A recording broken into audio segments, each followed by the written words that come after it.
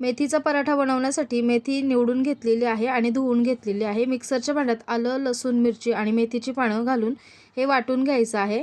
परातीमध्ये ही paste काढून घेतली। त्यात 4 मोठे चमचे गव्हाचे पीठ, 1 चमचा ओवा, 1.5 चमचा कसुरी मेथी, पाव चमचा हळद, चिमूटभर हिंग, चवीपुरतं मीठ, 2 चमचे पांढरे तीळ, अर्धा पेला बेसन पीठ हे सर्व पदार्थ घालून पीठ मिक्स करून घेतलं। मिक्सरच्या भांड्यामध्ये थोडंसं पाणी घेऊन याचा छान असा गोळा तयार करून घेतला। त्याला तेल लावून छान गोळा मळून घेतला। त्यातला एक छोटासा गोळा घेतलेला आहे, त्याची एक छोटीशी पोळी लाटून घेतली, त्याच्यावर तूप घातलेलं आहे, सगळीकडे पसरवलेलं आहे। अशा प्रकारे हा फोल्ड करायचा, त्याच्यामुळे त्याला 4 लेयर्स येतील आणि पराठा क्रिस्पी होईल। तर अशा प्रकारे हा गोळा तयार केल्यानंतर हलक्या हाताने त्याला प्रेस करून त्याचा मोठा पराठा लाटून घ्यायचा आहे। त्याच्यावर थोडेसे तीळ घातलेले आहेत।